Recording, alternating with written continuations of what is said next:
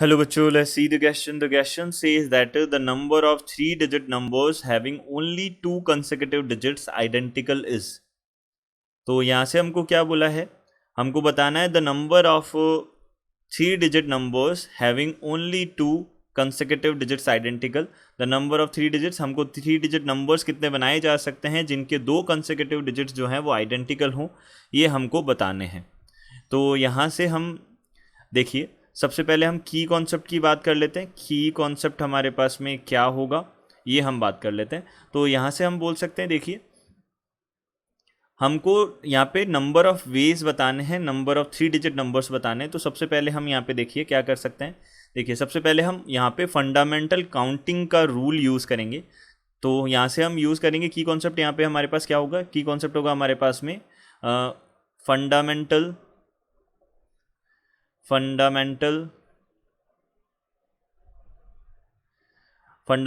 Rule of counting. यहाँ पे हमारे पास क्या हो जाएगा, एक इसका वे हो जाएगा, की कॉन्सेप्ट हो जाएगा.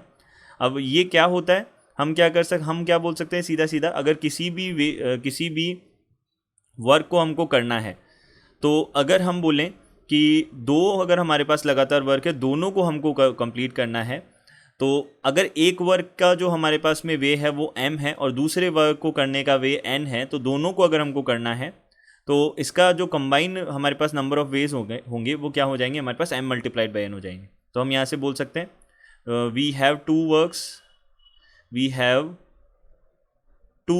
To complete. अब कंप्लीट क्या करना है, बोथ वर्क्स को हमको कंप्लीट करना है. And the ways of completing the work first is n and the ways of completing the work second is m. Then the total number of ways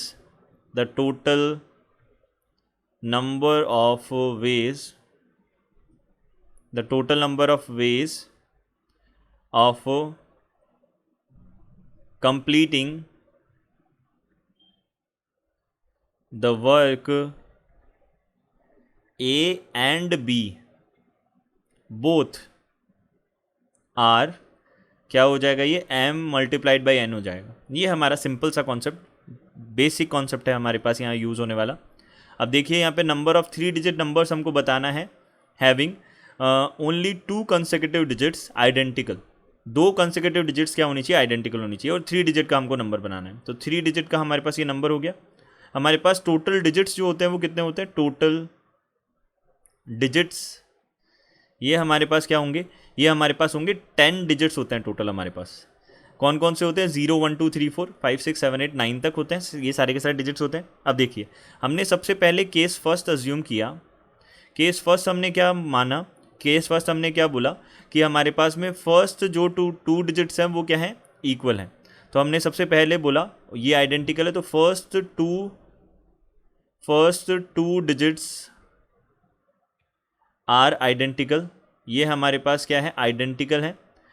तो ये अगर आइडेंटिकल है तो इसका मतलब ये कुछ वर्ड बनेगा, जो कुछ हमारे पास ये जो हमारे पास में नंबर बनेगा वो किस तरीके का बनेगा, x डैश इस तरीके का बनेगा. यानी कि हमको पहले जो दो प्लेसेस हैं उनके ऊपर तो आइडेंटिकल लेना है.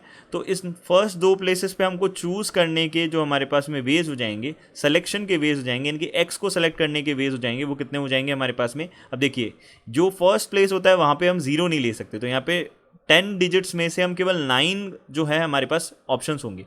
अब यहाँ पे हमने x में अगर 9 ऑप्शंस है तो ये वाला x ऑटोमेटिकली उसी से भरा जाएगा. तो इसके खुद से इस दूसरे वाले x के खुद से कोई वे नहीं होगी क्योंकि ये आइडेंटिकल है. और जो यहाँ पे ये ब्लैंक स्पेस बचेगा इसमें अब हम 0 भर सकते हैं. तो हम यहाँ पे बोलेंगे कि 0 अगर हम भर सकते हैं, 0 अगर हम फिल कर सकते हैं, तो यहाँ पे अगेन कितने हो जाएंगे, एक चांस बढ़ गया, तो यानी कि यहाँ पे भी 9 वेज हो जाएंगे. तो यहाँ पे नंबर ऑफ़ वेज जो हो जाएंगे वो क्या हो जाएंगे, number of ways this will be 9 multiplied by 9. देखिए हमने फंडामेंटल रूल ऑफ काउंटिंग हमने यूज़ कर दिया, हम इसको प्रोडक्ट रूल के नाम से भी जानते हैं। तो यहाँ से हमारे पास कितना आ गया, 81 आ गया। अब हमने देखा केस सेकंड, देखिए केस सेकंड में हमारे पास क्या हो जाएगा,